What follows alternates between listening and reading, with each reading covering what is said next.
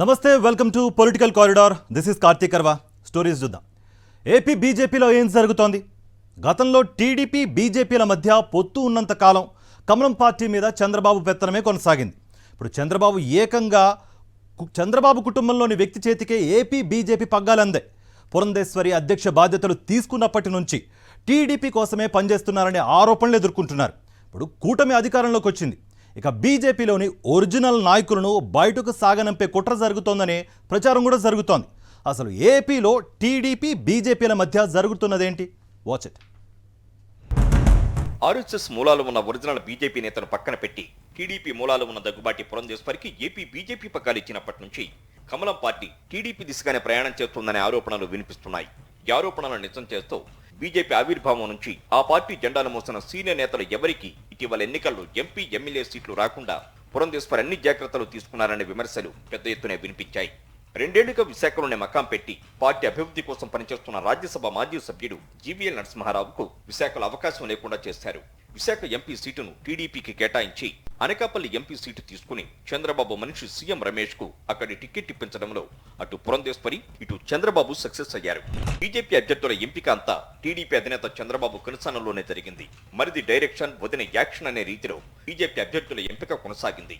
RSS భావజాలంతో నిండిపోయిన సోము వీర్రాజు, జీవీఎల్ నరసింహారావు, విష్ణువర్ధన్ రెడ్డి, మాధవ్, పరిపూర్ణానంద స్వామి వంటి వారికి సీట్లు రాకుండా వ్యూహాత్మకంగా అడ్డుపలా వేశారు.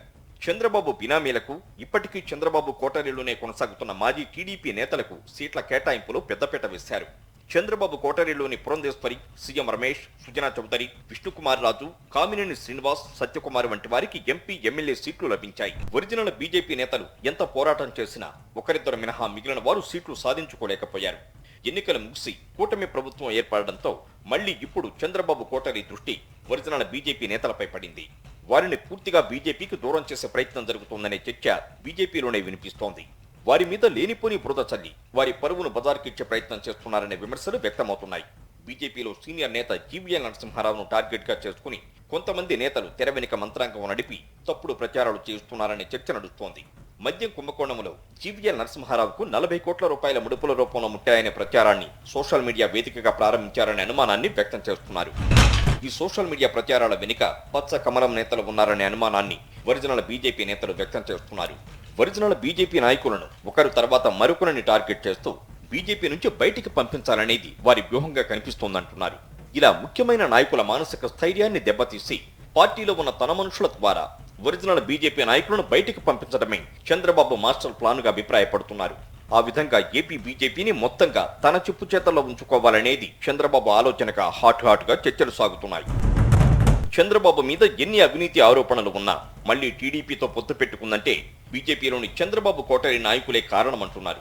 తెలుగు బీజేపీ నేతలు ఒరిజినల్ బీజేపీని భూస్థాపితం చేసి ఏపీ కమలం పార్టీని చంద్రదళంతో నింపడమే వారి భవిష్యత్తు లక్ష్యమని బీజేపీ ఆఫీసులోనే చర్చ జరుగుతోంది.